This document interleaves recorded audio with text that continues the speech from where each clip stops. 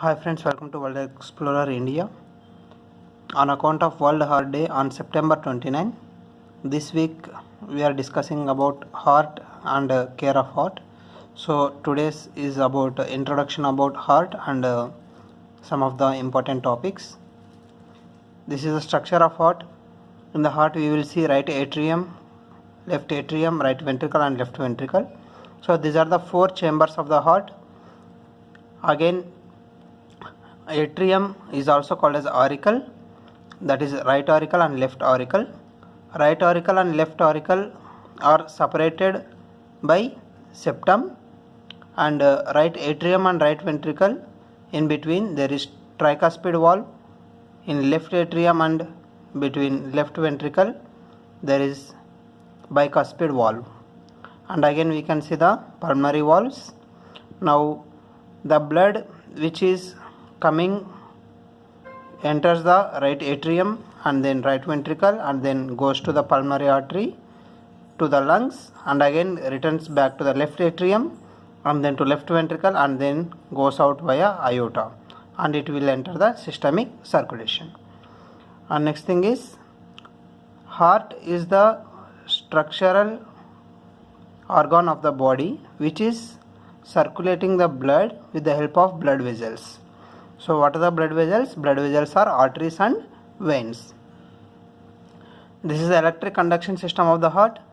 So here we will see the nerve impulse which is generated in the heart from the primary pacemaker, that is SA node, sinoatrial node, which passes through the internodal pathways to AV node, that is atrioventricular node, and then it passes through bundle of His and then passes to right and left bundle branch, then to the Purkinje fibers, which will make the heart to contract.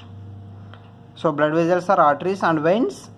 We know that arteries carry the pure blood, that is oxygenated blood, veins which carry the impure blood, that is deoxygenated blood.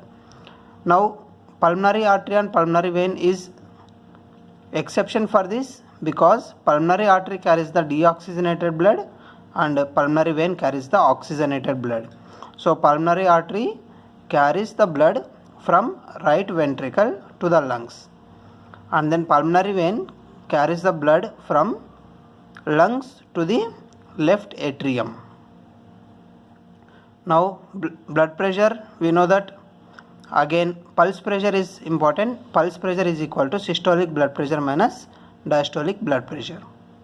Cardiac output is equal to stroke volume into heart rate. So stroke volume, let's assume it is just 70 ml.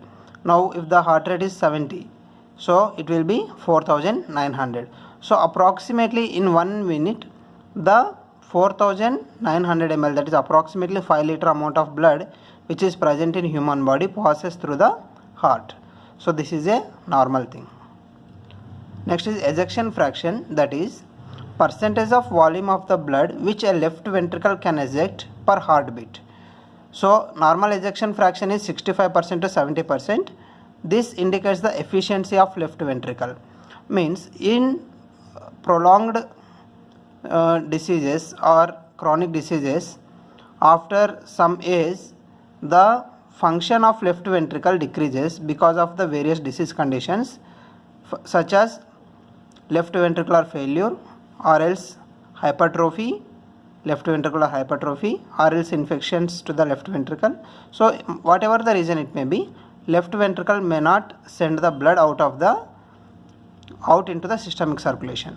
So this we can find out through the ejection fraction.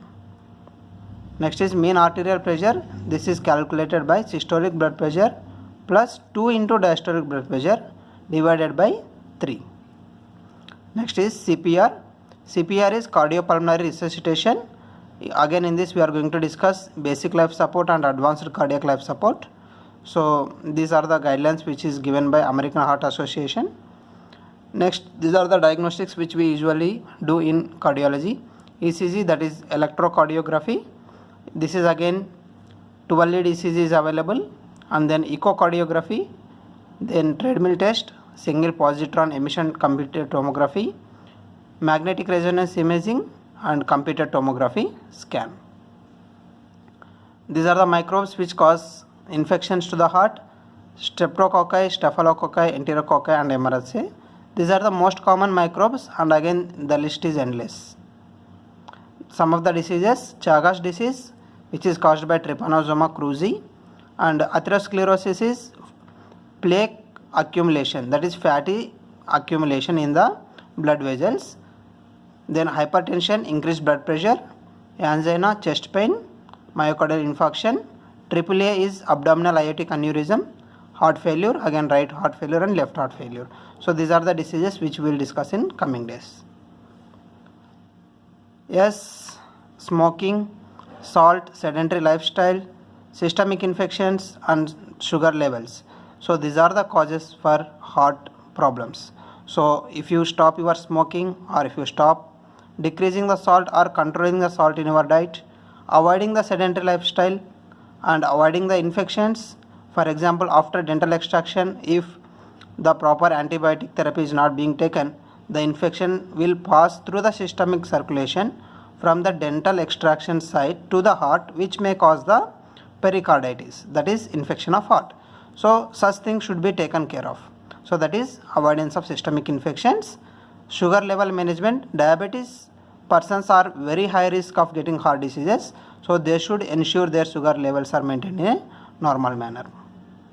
So if you like this video, subscribe, share and comment, and from tomorrow we will discuss one disease per day. Thank you.